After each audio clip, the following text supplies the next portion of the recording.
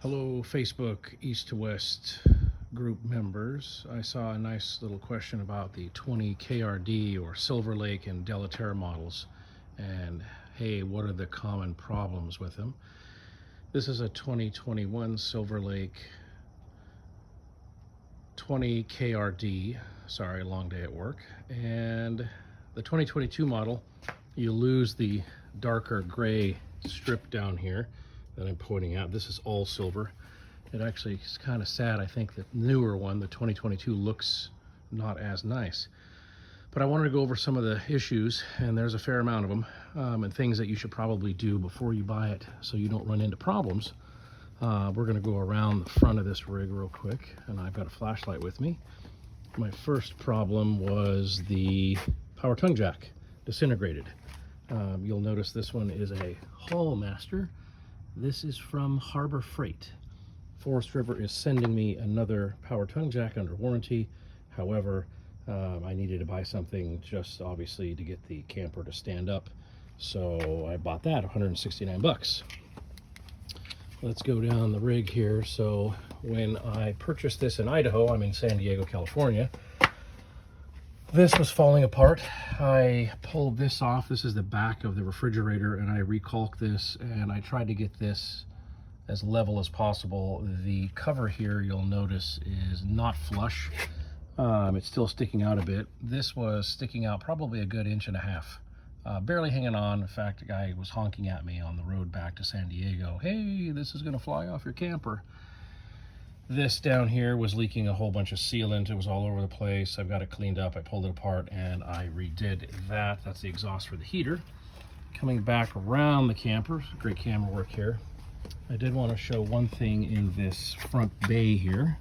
Looks like I have a critter there. The light should turn on when I open this up. So this is the front bay, pass-through storage. So there's a lot of really cool features that these Silverlakes have. This docking station, if you will, is probably one of the coolest features for such a low price rig. This rig in California is 30 grand. This rig in Idaho is 19.4. So I went and drove and picked it up. You'll notice a blank spot here. This is where a battery shutoff should be, a battery disconnect. It was not included, even though it's on the specs, it's in the pictures, and everything says it should be there. Forest River decided not to include it. I made Camping World give me one.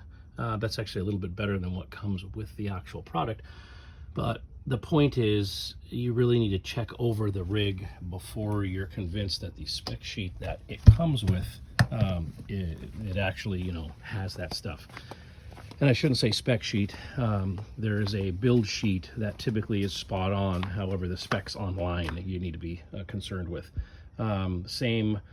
My unit was supposed to have solar up on the roof, and not solar, a solar connector, an MC4 connector where you can add a solar panel. Mine does not. It was not wired for solar. It just is not there, even though, again, the specs on their website say it's supposed to be there.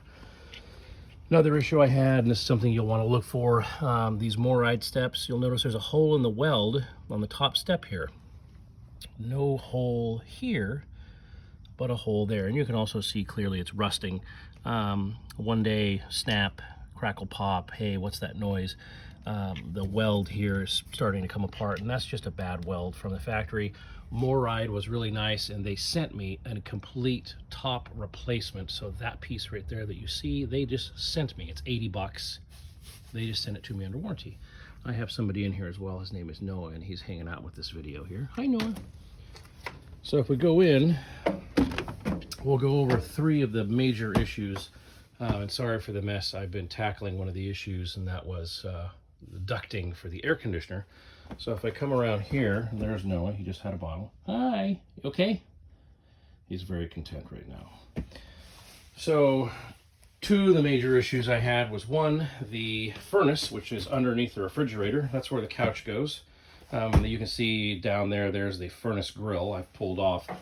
The furnace heats and then gets so hot that it cuts off, and they call this a limit switch. Basically, inside the furnace there is a switch that if it gets too hot, it turns the furnace off. The furnace should be able to run with gas flowing 100% of the time. Like, it should run until it hits the thermostat threshold. You set it for 78 degrees, it should run until it gets to 78 degrees. Mine doesn't. It'll short cycle, it'll hit the limit, and then it'll turn off and then cool down and then try to continue to heat. Well, unfortunately, one of the ducts from the factory, so you'll notice it's similar to dryer ducting, one of the ducts from the factory here was broken inside the underbelly, underneath, basically, down there, underneath the camper. So the vent that goes all the way underneath the camper, underneath the bathroom, and all the way up here, that vent did not work. So no heat, no airflow whatsoever was coming out of that vent, which made me drop the entire underbelly, which, if you're new to campers, dropping the underbelly on a camper is a royal pain in the butt. It is a one piece of corrugated plastic. You have to take off gas lines, lots of pneumatically inserted nails, and I had to get in there and found that the vent was actually torn. So I wound up having to tape the vent. I installed an actual coupler and I fixed that, so I now have airflow to the bedroom, and unfortunately the furnace still cuts out because it gets too hot. So my temporary solution was, okay, I want some more airflow, so I roto-zipped holes. This is underneath the couch, so this obviously would not be visible.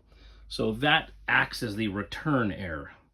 So here we have more airflow, and it still cuts out at high temp. So I'm going to check all the ducts again, but it's probably going to go back to Camping World. I've reached the limit of my time.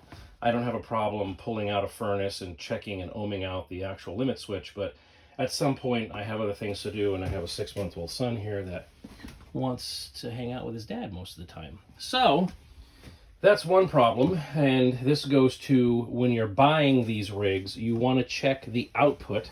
So the 20 KRD has one heater vent there under the stove. It has one heater vent there in the bathroom, and it has the other heater vent here up in the bedroom area. Unfortunately, if you read the install instructions for the furnace, the Suburban furnace that comes in these models, it says quite clearly that it needs a minimum of 4 vents to sustain airflow to heat. And you'll notice there, sorry for the camera work, there are 4 ducts coming off of the furnace. By the way, my furnace was crooked, not installed in a level fashion, and was rattling. I literally pulled that pedestal apart. You can see multiple holes in the legs. I straightened everything out, re-secured it, and drilled it into the floor so it wouldn't move. You'll notice that there are 4 ducts going into the floor here. One of them is the ducting that heats your underbelly, so they can say in marketing materials that it has a heated and enclosed underbelly. Literally, it is simply a heat duct thrown into the floor with no way for that air to get back into the coach. So the install manual for Suburban states specifically that you cannot count a returnless duct as ducting for the furnace. You have to have returnable duct, or returnable air, meaning it has to flow into the camper and that air has to be able to come back to the return air, this area here. So the way this was installed, unfortunately, if you read the instructions, is wrong. And they're all installed this way. I talked to the RVIA folks, the folks that certify these rigs, and I got some very interesting answers from them, not wanting to blame Forest River, but at the same time saying, yeah, that's not the way RV code states. So the big thing you're buying, you want to really check the vents. Make sure all the vents operate. There's airflow through them. It is a royal pain in the butt to fix this kind of stuff. You will wait months to get it into service. You don't want to deal with it. That brings us to my second problem, and that is the shower. The shower, super unstable. So this pan here, you get in, it flexes, it moves, didn't understand why. I had water leaks. The track for the shower is here, and all of the silicone that they applied wasn't actually adhered to the shower pan. So water was coming underneath the silicone, and it really looked like it was well sealed. So you can see the amount of silicone that they had on the edge here, and that goes right there. Wow, that's super sealed. It literally moved around. So there was no adhesion, which allowed water to go everywhere. So that was problem 1. Problem 2 is I have a small crack and a lot of movement in the shower pan, and I didn't understand why the shower pan was moving, so I'm going to show you inside. So this is an access port, and you can see underneath here, this is the pedestal. And by the way, all of this sawdust is the way these come. So it's going to be super dirty in every nook and cranny and place. You'll notice that there is a wood pedestal here that holds up the shower pan. And you'll also notice that there's a hole in the floor where the duct for the heater comes out of the floor. You'll also notice that the support leg for the pedestal is over that hole, about halfway. So if I reach my arm in here, actually I'll just use this shower piece, I can actually move this back so it's right over the hole. That's how I got it. So if you step into the shower and put any weight on it, you'll notice that the pedestal leg goes into the floor, obviously not supporting any weight. This is the way this came from the factory. And to add insult to injury, there is another leg that you can't see behind that's also over a hole. So if you step anywhere on this side, literally the support leg goes into the floor. So there's literally no support. The only way I figured this out is my wife got into the shower and I heard a crack, another crack. And then bothered to open up this access port and look underneath here and notice that they did not secure, so I can move the pedestal around with my hand. They didn't screw it into the floor. It should be screwed. That's our VIA code again.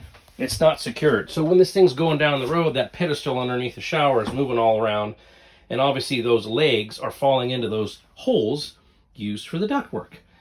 So I'd highly recommend, again, you're buying a unit, get in the shower, stand in it, and move around in the shower and feel if there's any give.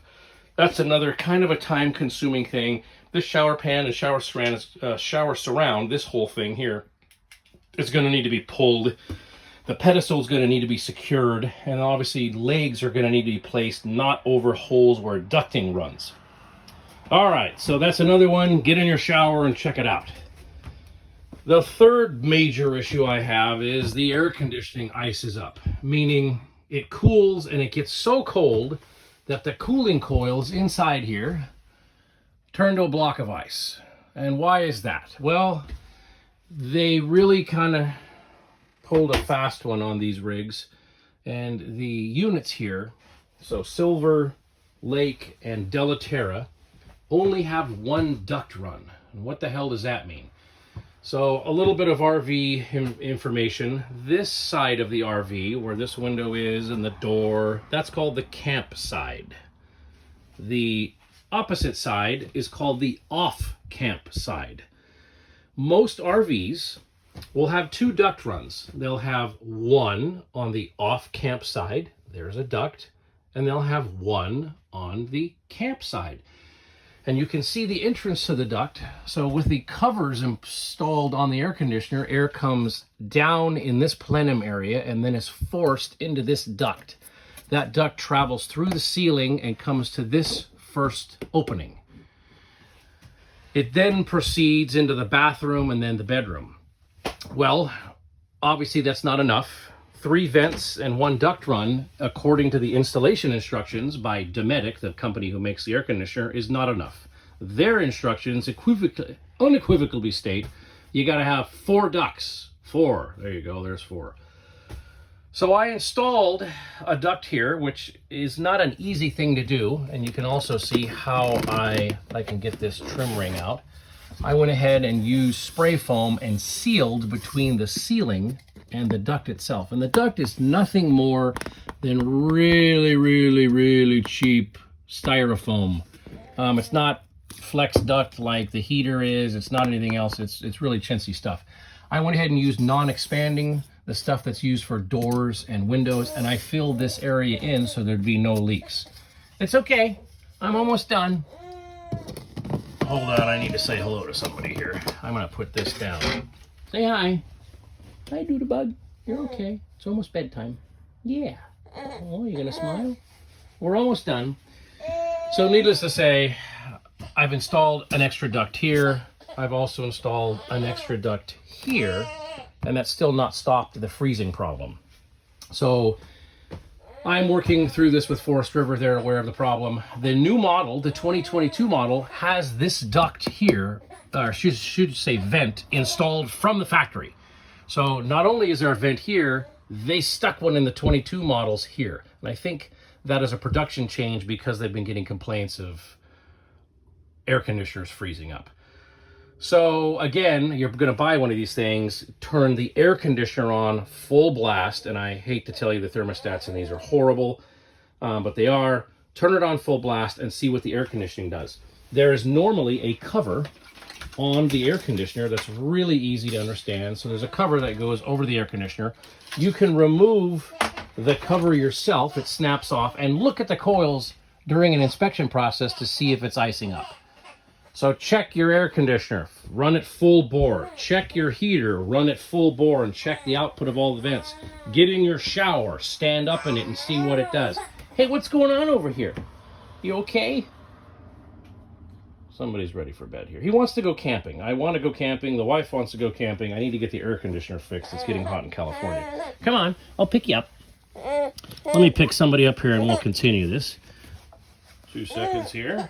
Let me see my coffee cup. There he is. Okay, come on. Okay, there you go.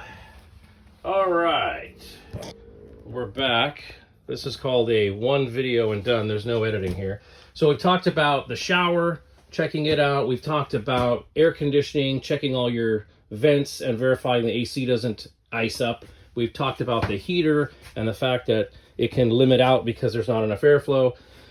I've also had to replace that with a brand new unit. It was making a popping and hissing noise. I highly recommend you turn this on, connect it to your phone, and listen. They sent me accidentally 2. So this is a bin of parts from Forest River. They sent me a radio, which is that small box. They sent me more ducting for my heater.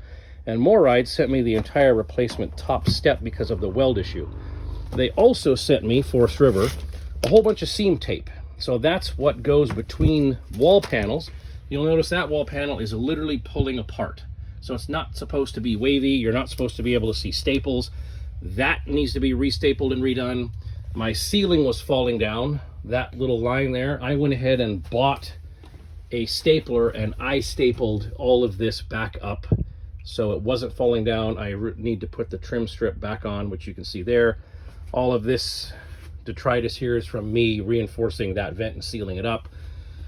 So I've got some work to do. Seams. We also went ahead and took out the king size bed in here. The king, by the way, is a joke. In these units, the king actually tucks up underneath these cabinets. This is super sharp. It only took me one time camping in this thing to know that a king bed doesn't belong in here. This is a full-size residential queen. I think this we picked up on Amazon. It's an Ashley Black Friday sale. It was super cheap, 150 bucks. It's super comfortable, way better than what comes in these things. You're going to wind up replacing the mattress anyways. Here's another seam that needs to be redone. The wall panel is pulling apart on one side. So you wind up with a king, you wind up literally being underneath a cabinet, and not the greatest design. A queen in here, a full-size residential queen works really well in here. It also gives you more space on either side of the bed.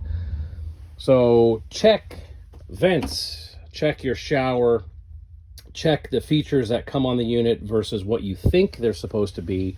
The radio, the refrigerators in these things I've had really good luck with. The Dometic's been making absorption refrigerators for years, and they're typically fantastic. I haven't had any problems. But definitely heater, air conditioner. Also something that I had to add, there is no support. You'll see this bar here that I'm putting my foot on. This does not come in from the factory. It connects the 2 pieces here, the brackets that hold the couch on. Well, without this bar, the couch sags down and hits the wood here. There's supposed to be a bar that connects these 2. I went and picked up a couple of shelf rods and screwed them together and placed them in this channel and screwed it all together. It reinforces the couch, makes it a little bit more secure. The only way I knew that was a problem is, again, my wife was sitting here and I was sitting at the dinette and I was watching the couch bow. I'm sure she's going to love that.